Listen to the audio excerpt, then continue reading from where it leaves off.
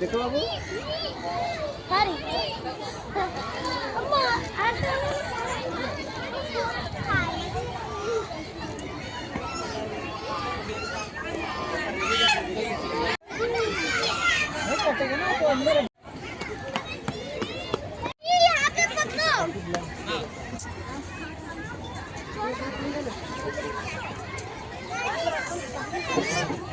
इधर खड़ा रहो, फोटो खींचते हैं बाबू। मेरा फेवरेट है अब्दुल कलाम। बाबू पापा के पास जाओ, सब मिल के जाओ ना। लग रहा है धूप के ऑपोजिट है ना। अच्छा नहीं है।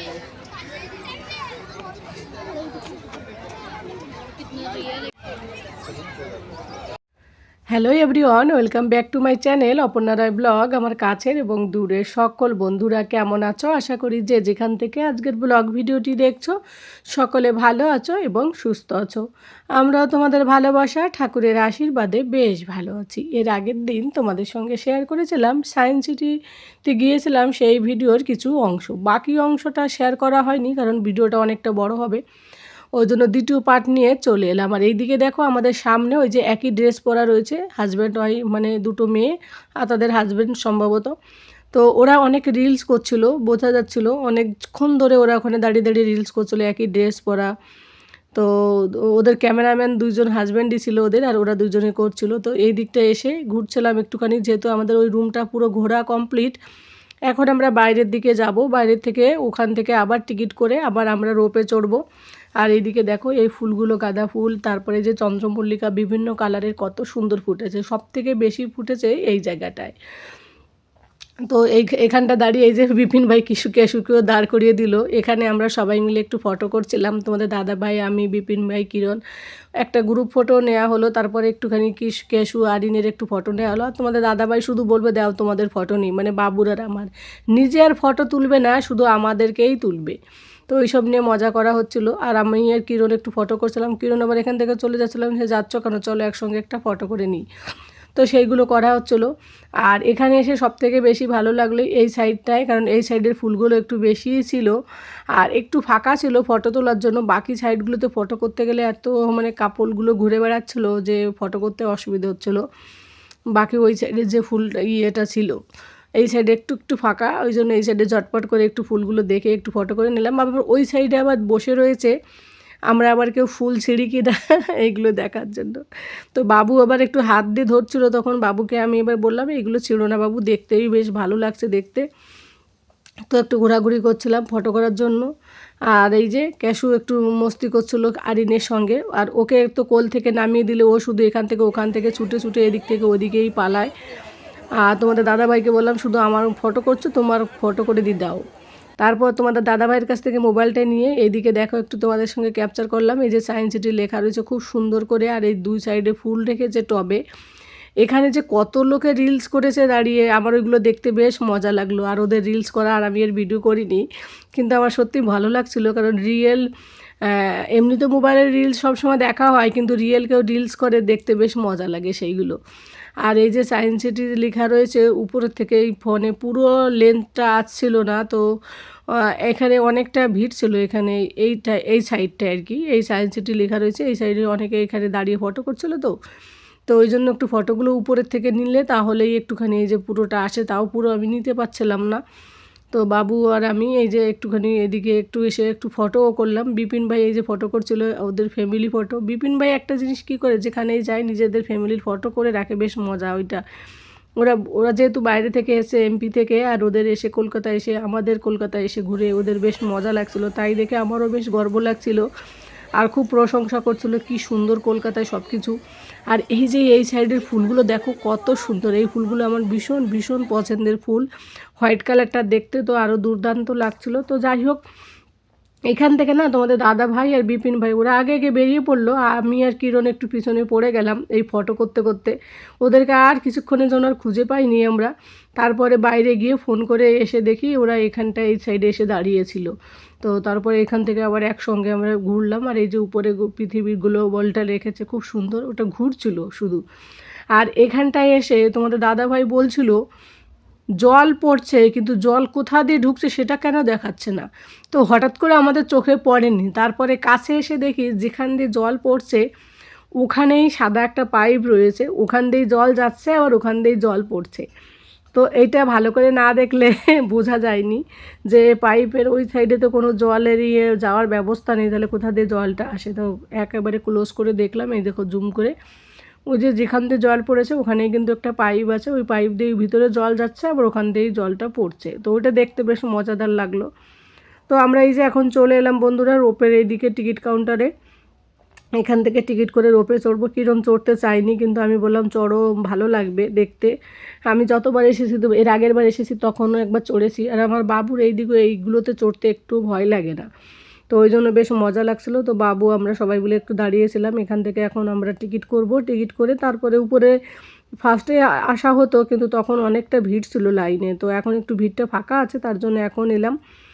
তো এখনও ফাঁকায় ফাঁকায় চলে যেতে পারবো উপরে। আর এই সরু রাস্তা, সরু জায়গার মধ্যে এত ভিড়, বাচ্চা নিয়ে দাঁড়িয়ে থাকা একটা মুশকিল। তো দেখো তারপরও ভিতরে এসে একটু ভিড় ছিল। তো ফাইনালি উপরে চলে এলাম, আমাদের 5 জনকে একটা ইয়েতে রূপে বসালো। তো দাঁড়িয়ে রয়েছে আমরা এই সাইডে, উপরে এসে আমাদের লাইন লেগেছে। তো এখন নামবে ওরা, যারা আছে আর কি, ওরা নামলেই আমরা উঠবো। তো এখানে এসে সব থেকে বেশ মজাদার লাগলো এই রোপে চড়াটা। আমার তো এত পছন্দ ছিল, এতটা ভালো লাগছিলো, মনে হচ্ছিল আর এক রাউন্ড মারি। বাবু সোনা বলছিল পাপা আর একবার ঘুরবো, তো টাইম হলো না ঘোরার, বলছে আবার ওখানে ঘুরবে, আবার আসবে। তো ওই জন্য আর দ্বিতীয়বারের ঘোরা হলো না, কিন্তু আমি যতবার আসবো ভেবেছি এখানটায় চড়বো, পুরো কলকাতা সিটিটাও দেখা যায়। তারপরে আবার এখানে উপরের থেকে নিচেরটাও ভালো লাগে। আর এইদিকে দেখো আমাদের কেশু নিচে দাঁড়িয়ে রয়েছে, ও তো কিছুই বুঝতে পারছে না। ওর, আমি ভেবেছিলাম নিচে থাকতে ও ভয় না পায়, আমার একটু ভয় লাগছিল যখন নিচের দিকে নামে না, তখন আমার কেমন একটু অদ্ভুত লাগে, মনে পড়ে যাবো কি না। আর কেশু তো এনজয় করে দেখছিল।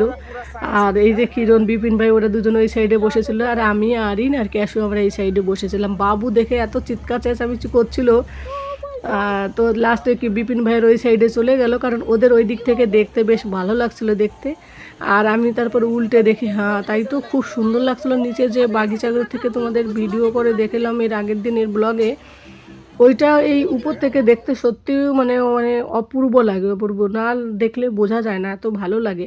তোমরা অবশ্যই বন্ধুরা যদি টাইম পাও সায়েন্স সিটিতে এসে একবার ঘুরে যেও, আশা করি তোমাদের ভালো লাগবে, অনেকটা বোর ফিল হবে না, তাদের ভালো লাগবে। এই যে যে জায়গাটার কথা বলছি, এত সুন্দর বিউটিফুল, মানে আমি কি বলবো, এটা না বললে বোঝা যায় না, না দেখলে রিয়েলি মানে মানে মনে হচ্ছিলো কলকাতা আসা সার্থক হয়েছে এইটা দেখে। এইটার জন্য আমার আর একবার আসার ইচ্ছা, 2বার করে ঘুরবো। সেদিন ভেবেছি টাইম নিয়ে রোপে এরকম করে, এইটা দেখতে আমার উপরের থেকে বেশ মজাদার লাগছিলো, মনে হচ্ছিলো কি দ্বিতীয় দার্জিলিংয়ে চলে এসেছি। চা বাগান এইভাবে সাজিয়ে সাজিয়ে কেটে কেটে রেখেছে, এরকম মনে হচ্ছিলো। তো এটা ভুলভুলে টাইপের মনে হচ্ছিলো উপরে থেকে দেখতে। আর এখানটায় এসে না 2 মিনিট দাঁড়িয়ে থাকে, আমাদেরকে ভালো করে দেখানোর জন্য, হয়তো জানি না।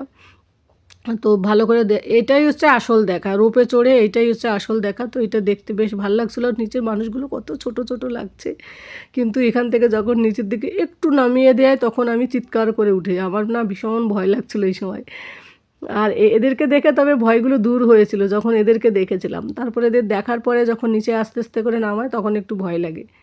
এমনিতে ভয়ের কিছু না, তবুও একটুখানি কেমন, আমি একটু ভীতু টাইপের, তো ওই কারণে।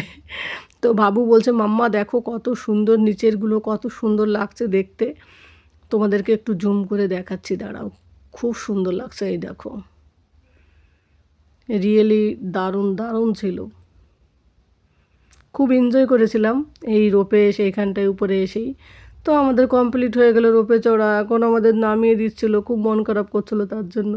তো এখন আমাদের ওই সাইডে নামিয়ে দেবে, ওখান থেকে ঘুরে আমরা এখন মানে বাড়ির দিকে যাব না, এখন এখান থেকে মানে গাড়ি বুক করা হবে, সেখান থেকে আবার আমরা কোথাও একটা পার্কে যাব, যে পার্কটা কাছে থাকে সেই পার্কে যাব।